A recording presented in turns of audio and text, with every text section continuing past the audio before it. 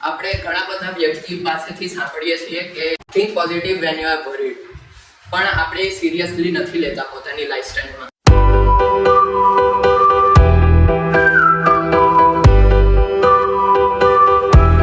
Good morning everyone, હું Paresh Ravalia from class 10. આજે speech આપવા આવેલો છું પાવર ઓફ પોઝિટિવ થિંકિંગ ઉપર. પોઝિટિવ થિંકિંગ એક એવું મેન્ટલ એટીટ્યુડ છે જેમાં આપણે ગુડ અને ફેવરેબલ રિઝલ્ટ એક્સપેક્ટ કરીએ છીએ. પોઝિટિવ થિંકિંગ ઓર પોઝિટિવ માઇન્ડ આપણી લાઈફને હેલ્થી બનાવે છે અને હેપી રાખે છે થ્રુ આઉટ એની સિચ્યુએશન. આપણે વધારેમાં વધારે સક્સેસફુલ પીપલને પૂછીએ તો એ એમ જ કહેશે કે અમને સક્સેસ મળી કારણ કે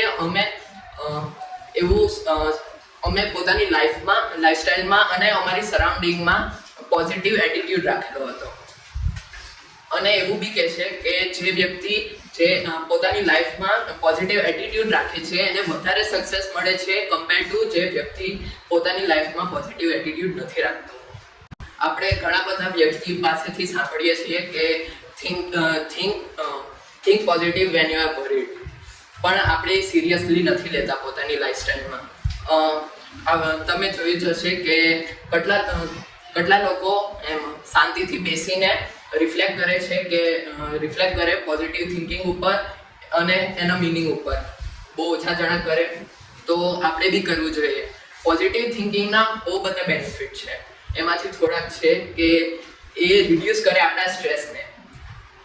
એટલે કે આપણે જેમ કે કોઈ બિઝનેસમેન છે, પેરેન્ટ્સ છે, આપણે સ્ટુડન્ટ બી છે, તો આપણે કોઈ બી એમ ટેન્શન કે સ્ટ્રેસ હોય એને આપણે પોઝિટિવ વેમાં લઈએ તો એ બહુ સારું સોલ્યુશન કાઢી શકે છે.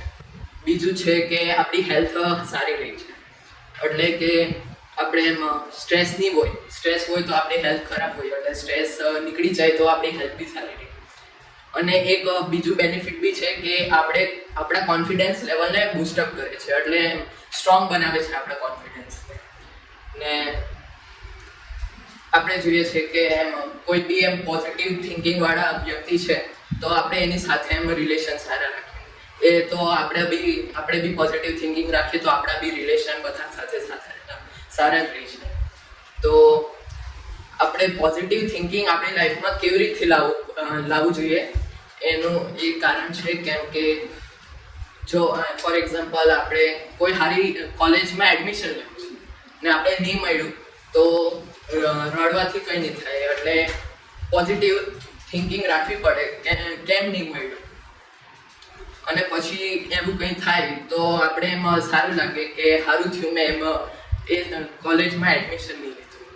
તો આપણે પોતાની લાઈફમાં પોઝિટિવ એટીટ્યુડ રાખવું પડે. Thank you.